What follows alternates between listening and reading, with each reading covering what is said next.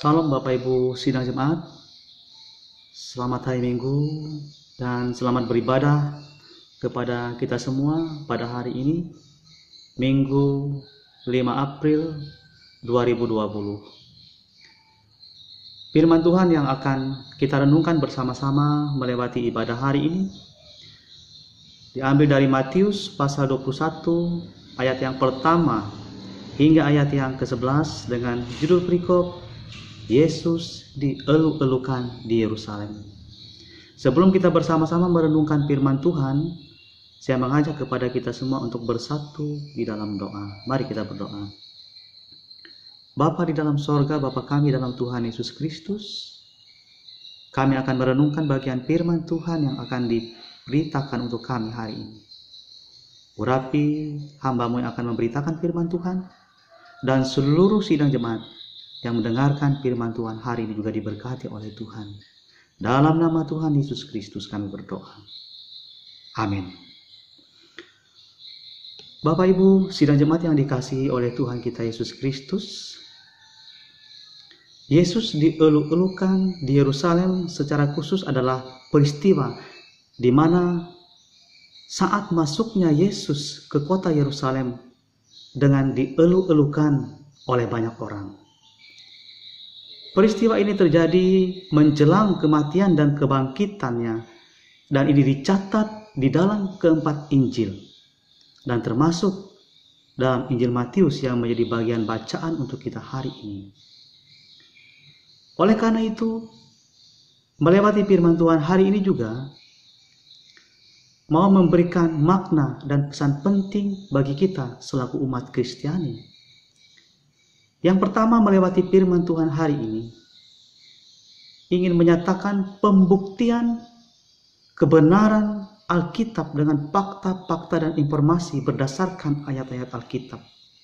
Dalam bagian awal menceritakan bagaimana Yesus menyuruh 2 orang muridnya membawa 2 ekor keledai yang ada di kampung di depan mereka kepadanya. Diceritakan dalam ayat yang pertama hingga ayat yang ketiga. Tujuan Tuhan Yesus adalah untuk menggenapi firman Allah, seperti yang dinyatakan dalam ayat yang keempat sampai yang kelima, tentang bagaimana ia akan masuk ke kota Yerusalem.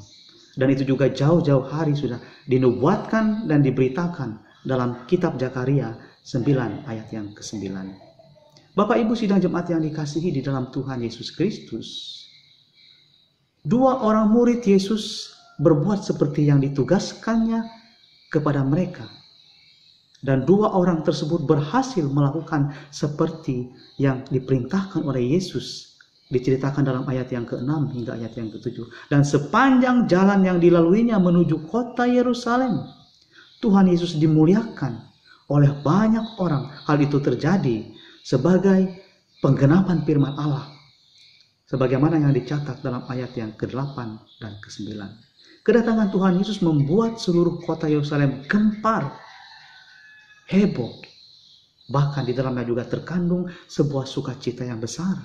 Orang banyak memuliakan Tuhan Yesus, walaupun mereka hanya mengenal Dia sebagai seorang nabi, seperti yang dikatakan dalam ayat yang ke-11. Bapak Ibu sidang jemaat yang dikasihi di dalam Tuhan Yesus Kristus, yang kedua, firman Tuhan hari ini memberikan pesan yang penting juga kepada kita, bahwa kita akan memahami kebenaran berdasarkan fakta-fakta yang diperoleh dalam Alkitab. Yesus mengetahui bahwa di kampung yang ada di depan mereka ada 2 ekor keledai yang dapat dibawa kepadanya. Ini adalah salah satu bukti tentang kemahatauan, tentang keilahian Yesus. Dia tahu, meskipun dia belum melihat, dia tahu di depannya ada 2 ekor keledai yang dapat dibawa oleh muridnya. Tujuan kedatangan Tuhan Yesus ke bumi dan segala pekerjaan yang dilakukannya adalah untuk menggenapi firman Allah yang telah tertulis dalam kitab suci bahkan beberapa ratus tahun yang lampau.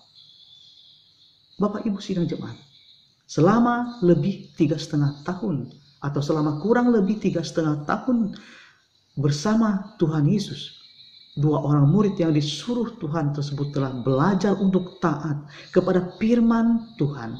Mereka berbuat tepat seperti apa yang diperintahkan oleh Tuhan Yesus. Dan mereka melakukan semuanya itu dengan satu keyakinan. Bahwa ketika Tuhan menyatakan, bahwa ketika Tuhan memerintahkan, bahwa ketika Tuhan menyuruh, mereka taat. Dan itu pasti akan terjadi dan menjadikan sesuatu yang luar biasa dalam kehidupan mereka.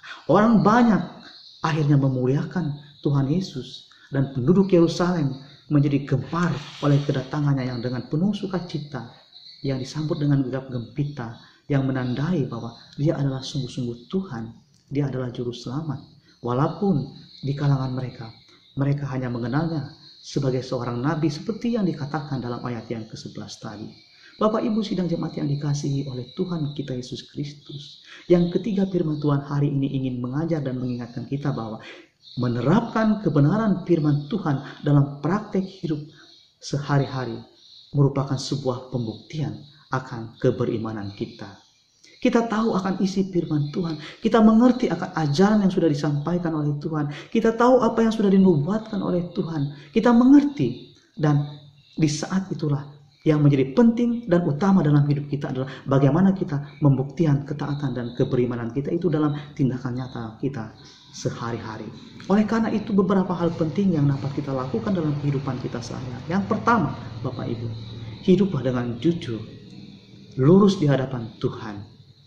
Karena tidak ada yang dapat kita sembunyikan dari hadapan Tuhan. Semuanya terbuka dan Tuhan mengetahui semuanya itu. Oleh karena itu, firman Tuhan hari ini juga ingin mengajarkan kita untuk tetap hidup jujur. Hidup yang lurus, hidup yang benar, hidup yang berkenan di hadapan Tuhan dalam keseluruhan hidup kita. Karena itulah panggilan kita, karena itulah yang diinginkan oleh Yesus Kristus kepada kita dalam sepanjang hari hidup kita. Yang kedua, Bapak Ibu, rahasia kehidupan yang berhasil adalah ketika kita taat setia kepada firman Tuhan.